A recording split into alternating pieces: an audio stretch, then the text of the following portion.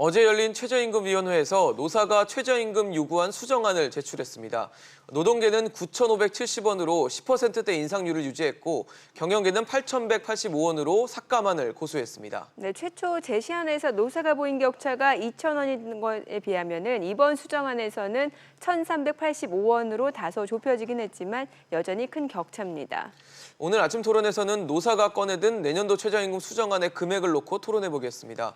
노동계가 제시한 9,570원이 적정하다고 생각하시면 1번, 경영계가 제시한 8,185원이 적정하다고 생각하시면 2번을 보내주시면 됩니다. 네, 100원의 이용료가 있는 샵 3698번으로 문자를 보내주시면 됩니다. 오늘도 여러분의 많은 참여 부탁드립니다.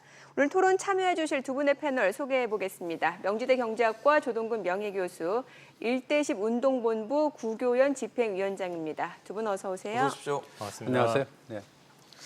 어제 이제 수정안을 제출을 했는데 노동계 쪽에서 9,570원, 또 사용자위원이 8,150원을 수정안으로 제출을 했습니다. 지금 뭐 나오고 있지만 10,000원에서 노동자위원은 좀 낮췄고 사용자위원은 8,000원에서 소폭 올렸는데 두 분 어떻게 보셨는지 좀 궁금합니다. 교수님 어떻게 보셨어요? 뭐 기본적으로 일 안에서 약간은 파인 튜닝한 정도죠. 그래갖고 뭐 벌어졌는데 이게 구조적으로 노사정에 어떤 의제된 거죠. 그래서 이제 노조 쪽에 그다음에 이제 사용자 쪽에서 이렇게 이거를 이제 타협을 하게 됐기 때문에 이런 구조인 것 같아요. 근데 자칫하면 이게 그 시장에서 물건 뭐 값을 흥정하는 것처럼 돼버렸어요, 사실요. 그러니까 뭐 전부 다 아주 높이 부르거나 아주 낮게 요구하거나 이렇게 되는 악습인데 네. 이번에도 재현된 것 같아요. 그런데 이제 숫자 중요한 게 아니고, 그러니까 하여튼 이 사용자 쪽에서는 좀 과거 2년간 최저임금의 어떤 인상폭, 인상률이 너무 과도했기 때문에 네. 이거를 좀 진정하자, 좀 낮추자라는 것이 기저에 있는 것 같아요. 그래서 숫자 자체를 보지 마시고 하여튼 좀 과거에 하여튼 2년 동안 좀 지나친 거를 이번에 좀 교정을 하자. 그래서 이게 동결적으로 유도를 하는 건데 네. 차라리 동결을 했으면 더 나은데 이거를 마이너스로 하면 이게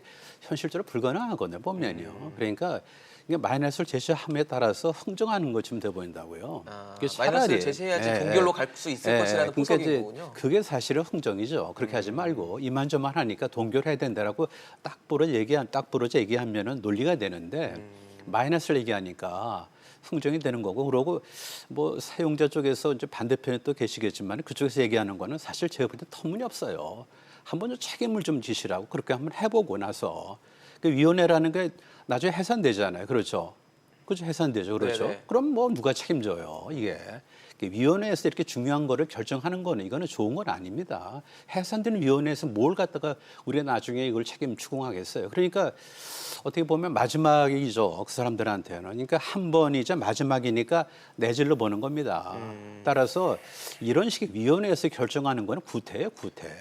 저는 그렇게 봅니다. 네, 뭐 그러니까 최저임금위원회의 어떤 구조적인 문제까지도 지적을 해주셨는데 위원장님은 어떻게 보셨어요? 어제 수정안에 대해서?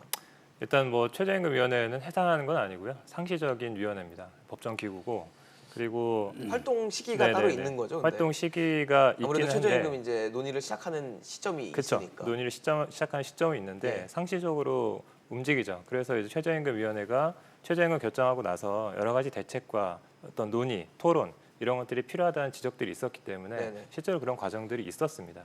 그런 말씀 좀 드리고 싶고, 저는 그 노동계의 입장에 대해서 뭐 이후에 이제 말씀 좀 드릴 네. 거고, 사실은 이 사용자 위원들 중에 이 사용자 위원분들을 주도하는 경총에 대해서 좀 이야기를 할 수밖에 없는데, 이 경총에 계신 분들이 2007년 이후부터 꾸준히 최저임금 동결을 주장해 오셨습니다. 그분들의 주장의 내용을 보면 대단히 안타깝게도 토시 하나 틀리지 않고 매년 내용이 똑같았습니다. 2007년부터 계속 영세 사업자들이 너무 많기 때문에 최저임금 올릴 수 없다 이렇게 이야기를 하셨는데요. 문제는 그러면 과연 영세 사업자들의 어떤 뭐 이렇게 먹고 사는 문제를 해결하기 위해서 과연 경총에서는 무엇을 하셨는가, 어떤 대책을 이야기하셨는가. 대한민국 경제에 사실은 뭐 중요한 축을 담당하고 계신 분들이신데 네. 무엇을 하셨는지 굉장히 궁금하고, 오히려 이 영세 상인들을 위협하는 대기업의 이 골목상권 침해 이런 문제들을 봤을 때 사실 경총의 회원사들 중에 그렇게 하는 이 회원사들 되게 많거든요. 오히려 그런 문제들에 대해서 좀 더 적극적으로 어떤 입장과 태도와 대책을 보여주셨으면 사실 경총에서 지금 주장하시는 최저임금에 대한 문제를 좀 더 진정성 있게 볼 수 있지 않았을까 이런 대단한 아쉬움을 가지고 있습니다. 네. 네. 뭐 좀 대안 네. 겸 또 반론 겸 네. 네. 지금 사실은 이제 사측에서 요구하는 그 8,000원 안팎, 8,000원 플러스 알파를 갖다가 경총뿐만 아니라 좀 낮은 임금을 받는 분들이 원해요. 그거를 왜 간과하면 안 됩니다. 그리고 한번 우리가 유행하는 걸 한번 생각해 볼까요? 이렇게 큰 패널을 붙이고 거기다가 찬반을 갖다 이렇게 길거리 지나가는 사람한테 붙이게 하잖아요. 그렇죠? 길거리 투표를 하죠. 그렇게 한다면은 최저임금이 과했다, 좀 낮추자, 계속 유지하자, 한번 붙여보시라고 스티커를 어느 쪽이 많을까? 이거는 너무 상식 같은 얘기예요, 사실이요. 이걸 갖다 부정하고 골목 상권 문제가 있지만 골목 상권의 문제라는 거는 큰 변수가 안 돼요, 사실이요. 골목 상권 때문에 사실 우리가 최저임금 영향을 받으면 되겠습니까? 그건 아니죠. 생산성이 증가됐냐 이런 거 등등을 보고 해야 되는 건데 지역적인 걸 갖고 와서 이렇게 링크를 걸면은 이게 전략적인 어떤 포지셔닝이 되는 거고 다시 한번 얘기하지만은 경총뿐만 아니라 요번 기회에 뭐예요? 아주 쓴 맛을 본 분들이 계세요. 누구냐면은 그야말로 생산성 낮은 그런 이유로 해서 이 8530에서 잘린 분들 또는 잘릴 뻔한 분들이 생각이 바뀐 겁니다. 따라서 지금은 진정을 하고 냉정하게 생각하자라는 것이 한 축을 이루고 있어요. 따라서 경총뿐만 아니라 저임 근로자들도 속도 조절을 원한다는 거 우리가 엄연하게 받아들여야 되는 거죠. 네. 그 말씀을 좀 한 가지 더 드리고 싶은데 왜 이런 현상이 발생했는지에 대해서 그 원인을 좀 더 근본적으로 따져볼 필요가 있다고 생각합니다. 네. 오히려 저는 교수님께서 훨씬 더 이 문제를 종합적으로 잘 보실 수 있는 분이라고 생각하는데 사실은 최저임금 문제는 그냥 뭐 시장에서 임금 정하는 게 아니잖아요. 정책 임금의 성격을 가지고 있습니다. 그래서 그냥 이게 최저임금 그냥 금액만 조정한다고 될 문제가 아니고 대한민국 경제 모든 여러 가지 상황들과 다 맞물려 있는 상황인 거죠. 그래서 최저임금은 실제로 올랐을 때 어떤 부정적 효과가 있을 수 있습니다. 부정적 문제가 있을 수 있어요. 그러면 그것에 대해서 정부에서 대책을 세워야죠. 그런 문제가 최소화될 수 있도록 다시 발생하지 않도록 그런 대책들을 세워가면서 이 문제를 어떻게 처리할 것인지를 봐야 되는데 자, 최저임금 문제는요. 앞으로는 저는 최저임금의 인상에 대한 요구는 사라질 수가 없다고 생각합니다. 왜냐하면 대한민국은 저임금 노동자들이 너무 많아요. 최저임금 받는 사람도 500만 명이고 그중에 60% 정도가 평균 2.5명의 가구 생계를 유지하고 있습니다. 혼자 사는 게 아니고요. 그런 상황에서 월 180 정도 받아가지고 먹고 사는 건 굉장히 불가능에 가까운 상황인 겁니다. 그렇기 때문에 저임금 노동자들 앞으로 늘면 늘었지 줄지 않을 것이라는 것은 누구나 다 알고 있는 사실이고요. 그럼 최저임금 인상에 대한 요구는 사라질 수가 없다는 것입니다. 그러면 어떻게 하면 최저임금을 올릴 수 있는가? 대한민국 경제의 생태계를, 경제 환경을 어떻게 바꾸면 최저임금 올리는 것이 가능한가? 이 문제에 대해서 논의하는 것이 훨씬 더 바람직하고 건설적인 것이 아니냐 이런 말씀을 좀 드리고 싶네요. 네. 앞서서 교수님께서 그 경영계에서 제시한 8,185원에 대해서 지금 근로자들도 이 부분을 원한다라고 말씀 일부, 주셨으니까 네, 원하죠. 분명하죠. 그 네. 근거를 뭐라고 볼 수 있을까요? 그러니까 이제 사실은 우리가 이걸 조심해야 돼요. 네. 원하는 거하고 현실로 돌아오는 거하고 다릅니다. 아, 원한다고 네. 현실이 됩니까? 지금 이제 처음에 출발할 때 많은 사람들이 1차 년도에 뭐 두 자릿수 이상의 어떤 걸 인용한 게 또 그러고 인정한 게 뭐냐면 한번 실험을 해봤잖아요. 근데 그게 아니라고 사실은. 그러니까 조금 우리가 이걸 신중해야 되는 거고요. 그리고 만약에 최저임금 올려서 해결된다면은 모든 나라들이 그렇게 했을 거라고요. 그럼 우리 현실을 보자고요. 그것이 솔루션인가? 그다음에 지금 우리가 조심해야 될 게 최저임금은요. 소위 그 리걸 웨이지예요. 그렇기 때문에 신중해야 돼 중립적으로 가야 되는 게 생산성이 뒷받침이 안 되면 이건 무너집니다. 우리가 소득 주도 성장이 올려주면 돌아간다 그게 아니죠. 생산성이 뒷받침된 임금일 때 그것이 실현 가능하고 그럴 때 비로소 주문이 두툼해지는 거지. 생산성과 유리된 그런 요금을 갖다가 또는 임금을 갖다가 뭐 정책적으로 밀어붙인다 하면 그게 되겠습니까? 그건 아니죠. 그다음에 우리가 진짜 조심해야 될 게 보면은 좀 착각인데 최저임금은요.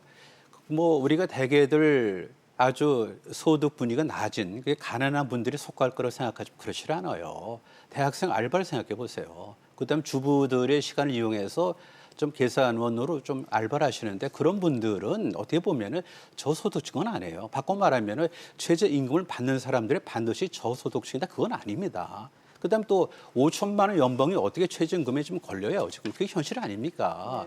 따라서 올리는 것이 능사가 아니고 이것이 지속 가능한가 이걸 봐야 되죠. 계속해서 요구한다? 그러면은 그 요구한다고 됩니까? 현실은 굉장히 냉정해요, 생각보다도요. 그리고 누군가 지불해야 되는데 상대편의 능력을 보지 않고 요구한다고 되는 건 아니죠, 보면요. 그럼 결과적으로 블랙마켓이 지금도 보면은 최저임금을 갖다 못 주는 그 미만들이 무지 높아요. 음식 숙박업은 거의 40%다 범법이에요, 범법이요. 그걸 왜 그걸 생각하지 못합니까, 지금요.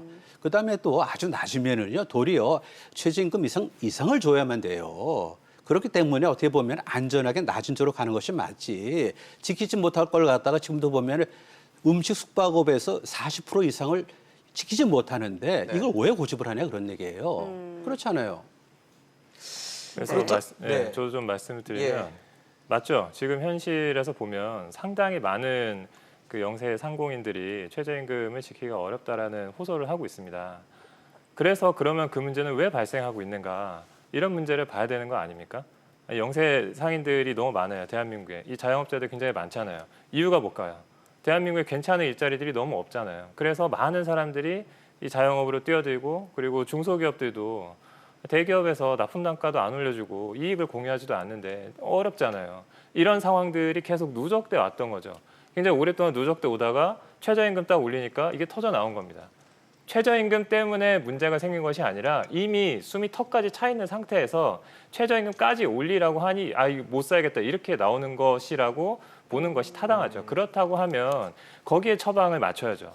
그러면 그것을 어떻게 해결할 것인가? 이렇게 많은 영세 상인들의 문제를 어떻게 해결할 것인가? 단기적인 처방도 있겠지만 여러 가지 수수료도 낮추고 임차인들의 문제도 해결하고 여러 가지 대책들을 종합적으로 마련해서 방법을 찾아가야죠.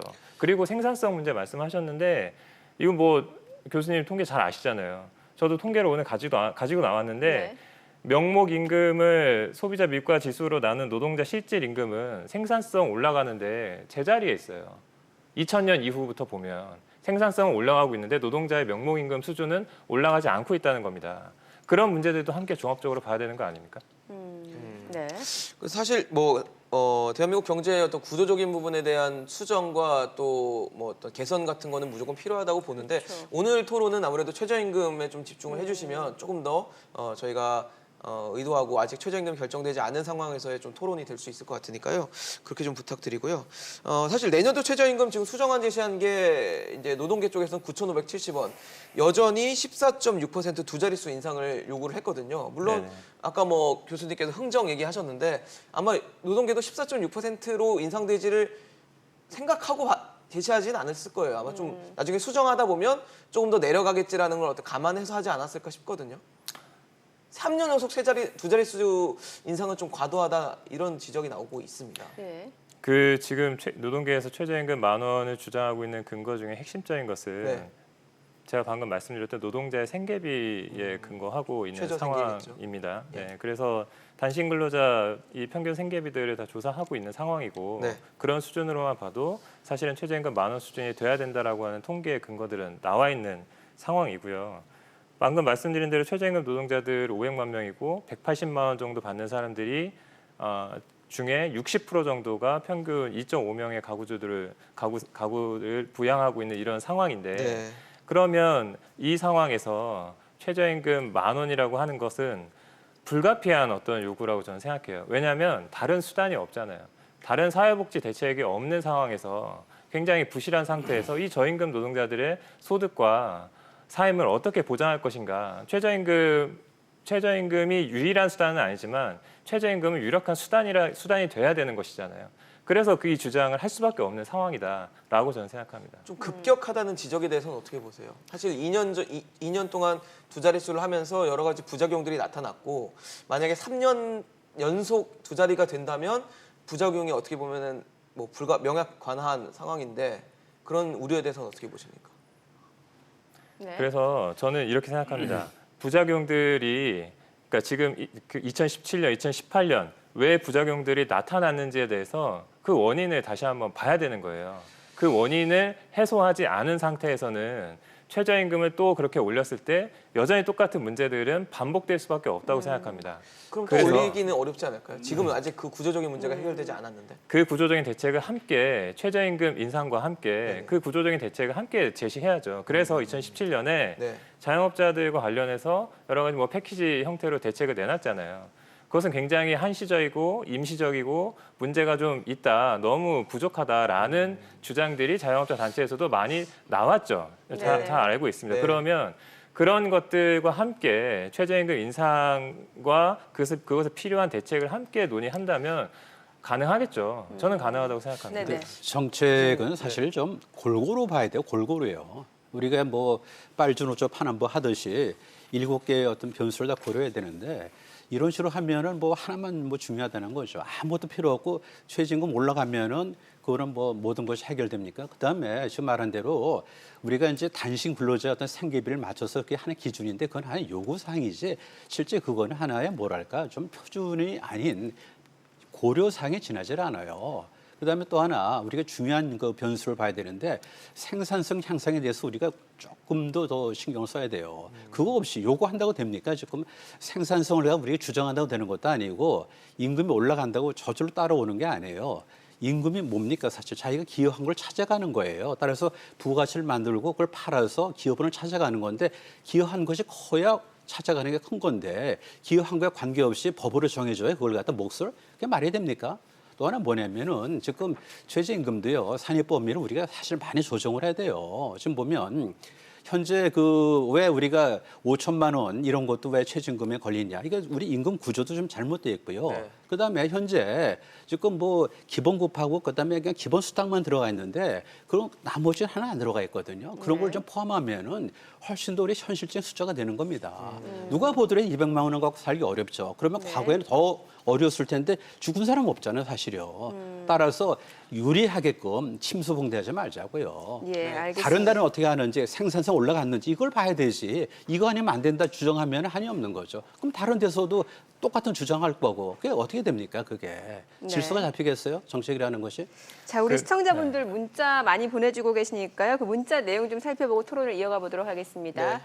끝자리 지금 8730님, 아기 키우기 힘듭니다. 올려주세요. 라고 1번 올려주셨고 또 그 밖에 다른 분들은 4359님은 자신들의 이익만 챙기지 말고 불황도 고려해야죠. 그러니까 이제 경영계가 주장하는 그런 최저임금에 대해서 지지하는 의견을 좀 보내주셨습니다. 네, 또 6058님은 생계 생활도 힘듭니다. 그 기본적인 생활조차 힘들다라고 말씀해 주시면서 인상을 또 말씀해 주셨고요. 네, 끝자리 6224님. 2번, 그러니까 경영계가 주장하는 최저임금이죠. 실직 양산하는 최저임금 인상 반대입니다. 라고 또 올려주셨습니다. 네, 0105님은 2번 또 반대 8,000원대를 말씀하시면서 마냥 많이 받는 게 좋은 걸까요? 답답합니다라고 문자를 주셨습니다. 네, 끝자리 7638님은 오히려 노동계가 주장하는 최저임금 1번을 지지해 주셨고요. 임금은 최저고 물가는 최고라면서 어려움을 또 호소해 주셨습니다. 자, 저희가 여러분들의 의견 받고 있습니다. 노동계가 주장하는 최저임금 9,570원을 지지하시면 1번을 눌러주시면 되고요. 경영계가 주장하는 8,185원 최저임금 지지하시는 분은 2번을 눌러주시면 되겠습니다. 자, 지금 네, 말씀 아까 하시려다가 네네네. 말씀해 그 주시면 될 것 같습니다. 교수님 말씀하신 것 중에 한 가지 좀 말씀드리고 싶은 게 네네. 최저임금 산입 범위가 작년에 늘어났습니다. 작년에 상여금과 변동됐죠. 네 그리고 복리후생비가 들어갔어요. 일부가 포함됐습니다. 네, 그러면서 올해에 조사해봤더니 사실은 이제 작은 사업장에서 일하는 노동자들 봤는데 사실 최저임금이 7,530원에서 8,350원으로 올랐음에도 임금 총액이 늘지 않은 노동자들이 굉장히 많았습니다. 왜냐하면 기존에 산입되지 않은 돈들이 최저임금에 산입되니까 똑같아지는 거예요. 그래도 최저임금법 위반이 안 되는 거예요. 그래서 사실은 지금 보면 최저임금이 2년 동안 30% 가까이 올랐다 이렇게 이야기는 하는데 사실 정확하게 인상된 것은 2017년에서 2018년도에 16% 정도 오른 것이 정확하게 인상된 것이고 그 다음 해에는 산입 범위가 늘어나면서 인상의 효과가 사실상 굉장히 많이 반감됐습니다. 그것을 고려하지 않고 그냥 숫자로만 다 더해서 아유 최저임금 너무 많이 올랐네 이렇게 이야기하는 것은 정확한 지적이 아니다 말씀을 드리고 싶네요. 네네. 근데 우리 너무 디테일에 함몰될 필요가 없는 게 또 해소도 안 되는데 그렇다면 거꾸로 말이죠. 그 소정 근로 시간은 당연한 거고 예. 근로하지 않았지만 근로 인정 시간이 또 우리가 인정되잖아요. 그럼 또 뭡니까? 그러다 보니까 자꾸만 그거를 삿발싸움을 하는 거예요. 그러니까 어떻게 보면 큰 그림에서 벗어나서 그냥 지엽적인 도대체 말이죠. 그리고 산업 범위가 정상화되는 게 다른 나라하고 비교를 할 때 벤치마크가 돼야 되는 거예요. 키를 잴 때 한 사람이 뒤꿈치를 들었다고요? 반칙 안 해요. 그런 식으로 그러니까 국제 간에 비교하더라도 어느 정도 똑같을 수는 없겠지만 산업 범위가 뭔가를 봐야 되니까 그 산업 범위가 우리한테 사실은 너무 편파적이었다. 노동계한테 또 사용자한테 그걸 우리 교정해야 되는 거죠. 그런 걸 좀 봐야 되지. 그걸 가지고 뭐 상대를 공격하거나 나를 방어하는 수단이 되면 안 되는 거고요. 그리고 아까 잠깐 뭐 지나간 얘기지만은 예. 최저임금을 갖다가 유를 갖다가 조금 조정하면 되는데 그걸 갖다 놔두고 왜 임대료를 갖다가 통신료를 갖다가 신용카드 수수료를 갖다 이걸 왜 다 바꿉니까? 하나를 고치면 되는데 왜 하나를 놔두고 9개를 다 손대려고 그러시냐 그런 얘기예요 지금. 네네. 시장에서 결정돼야 될 거를 손대지 마시라고요. 임대료를 갖다 왜 최저임금위원회에서 그걸 다 손댑니까? 마찬가지죠. 그게 월권이죠. 그게 그러니까 임금률을 조정할 때 법정에 법정 따라서 신중하고 근거시해야 되는데 그걸 올려놓고 나서 합리하게 해서 나 빼놓고 다 너희들 다 바꿔 너희들 말이지. 신용카드 높네 수수료 낮추고 임대료 높네 낮추고 말이죠. 이게 도대체 뭡니까 이게? 그럼 이제 구조적인 문제를 네. 좀 차치하고 좀 여쭤볼게요. 사실 최저임금만 놓고 보게 되면은 시청자들 문자 내용에서 봤다시피 오히려 그러니까 실업자가 늘어나는 그런 부작용도 있단 말이죠. 그리고 고용의 질 자체가 악화되고 일단 사용자 입장에서는 최저임금을 지키기가 어렵다 보니까 이른바 파트타임, 알바로 이제 고용을 하는 경우가 늘어나다 보니까 차라리 네네네. 못하는 것보다는 일자리를 네. 갖는 게 낫다라는 측면에서 예. 또 네. 주장하시는 분들도 있거든요. 굉장히 안타까운 현실인데, 예. 근데 저는 이 문제에 있어서는 두 가지를 좀 바라볼 필요가 있습니다. 하나는 정말 지불 능력이 없어서 일자리를 줄이거나 근로시간을 줄인 것인가. 네. 왜냐하면 저희가 알고 있는 여러 가지 사례들 중에 대기업 프랜차이즈 있잖아요. 예. 매 연간 수천억 원의 매출을 올리는 뭐 이름만 대면 누구나 다 아는 이 대기업 프랜차이즈들도 최저임금 인상됐다는 이유로 일자리 줄였습니다. 노동시간 줄였고요. 네. 저는 이건 좀 이해할 수가 없다. 이분들이 정말 지불 능력이 없어서 그런 것인지 그냥 기업의 수익률 이런 문제 때문에 그런 것인지 이건 좀 꼼꼼히 따져봐야 된다. 노동자들이 말할 수 있는 힘이 없으니까 그런 큰 기업에서 최저임금 올랐다고 해서 노동시간 자르고 해고시켜도 말을 못하는 거예요. 그런 현실이 하나가 있고요. 또 한 가지는 최저임금을 동결해야만 유지될 수 있는 일자리라고 하는 것이 너무나 안타깝게도 과연 언제까지 지속될 수 있는 일자리인가 이 문제도 좀 봐야 된다고 생각합니다. 굉장히 위태위태한 거예요. 이미 이게 지금 뭐 교수님 더 잘 아시겠지만 영세 사업자들 중소기업인들을 위협하는 것이 단순히 최저임금 문제가 아니잖아요. 여러 가지 복합적인 원인들이 있잖아요. 그런 상황입니다. 그래서 제가 볼 때는 오히려 그 정부 차원에서 공공 일자리를 괜찮은 일자리들을 더 많이 늘려서 오히려 그런 분들을 노동시장으로 더 유입하는 것이 다른 노동시장으로 유입하는 것이 좀 더 근본적인 대책이 될 수 있는 것이 아니냐 저는 이렇게 생각합니다. 그래 동의하는 게요. 뭐 이렇게 보면 최저임금도 여러 정책 중에 하나고요. 예. 여러 정책과 최저임금을 같이 좀 이렇게 호흡을 좀 맞추고 그다음에 하문을 이루어야 되는데 그걸 안 했다는 거죠, 사실요. 그러다 보니까 좀 이렇게 돌출된 건데 사회 안전망이 있어요, 사실 우리가. 그렇기 때문에 사회 안전망이 있는 최저임금이에요. 만약에 사회 안전망 없으면 최저임금 높아야 되는데 그렇지 않다는 거죠. 이런 걸 봐야 되고 그다음에 아까 이제 똑같은 얘기가 좀 돼서 죄송한데 지불 능력이 사실은 객관화될 겁니다. 지불 능력이 있음에도 불구하고 내 이익을 위해서 상대한테 이걸 불이익을 줬다? 그럼 벌써 그거는 재무제표에 나타나고요. 그 기업에 대해서는 여러 가지 평판이 안 좋을 수밖에 없어요. 그러면은 사용자라고 사람을 줄이고 자르는 게 취미입니까? 특기입니까? 그건 아니죠. 그렇게 보면 안 됩니다. 그러니까 우리가 알게 모르게 참 선하게 어떤 그 대비로 보는 거예요. 네. 여기는 뭐 사용자니까 무슨 힘이 있고 예. 여기 힘이 없으니까 선과 악이니까 우리가 이걸 갖다 어떻게 해? 네. 선한 사람들이 뭉쳐서 이거 알 갖다 바로 잡아야 된다. 이런 식의 이게 움직임이 들어가다 보니까 네. 점차 해결이 안 되는 거죠. 알겠습니다. 사실 두 분이 하실 말씀 많으실 것 같은데요. 저희가 또 생방송이다 보니까 시청자분들 의견을 조금 들어보고 마무리 짓도록 하겠습니다. 끝자리 8478님이 2번 그러니까 노동계가 아닌 경영계를 지지해 주셨고 최저임금만 올리는 게 답일까요? 나라 경제 생각도 합시다라고 올려주셨습니다. 네, 또 6690님은 언제까지 노동자의 피와 땀으로 경영자들이 살아갈 건지요 하고 1번이라고 문자를 주셨습니다. 네. 자, 그리고 끝자리 3515님은 1번, 그러니까 노동계가 제시한 최저임금안을 지지해 주셨는데 경기가 나쁜 건 임금 때문이 아니고 정부 정책 때문이고 임금은 올려야 합니다라고 또 올려주셨습니다. 네, 마지막 문자 소개해드리겠습니다. 4064님 2번 문자 주셨고요. 또 오르면 자영업자 너무 힘들어요라고 문자를 주셨습니다. 네, 끝자리 3198님까지 보도록 하겠습니다.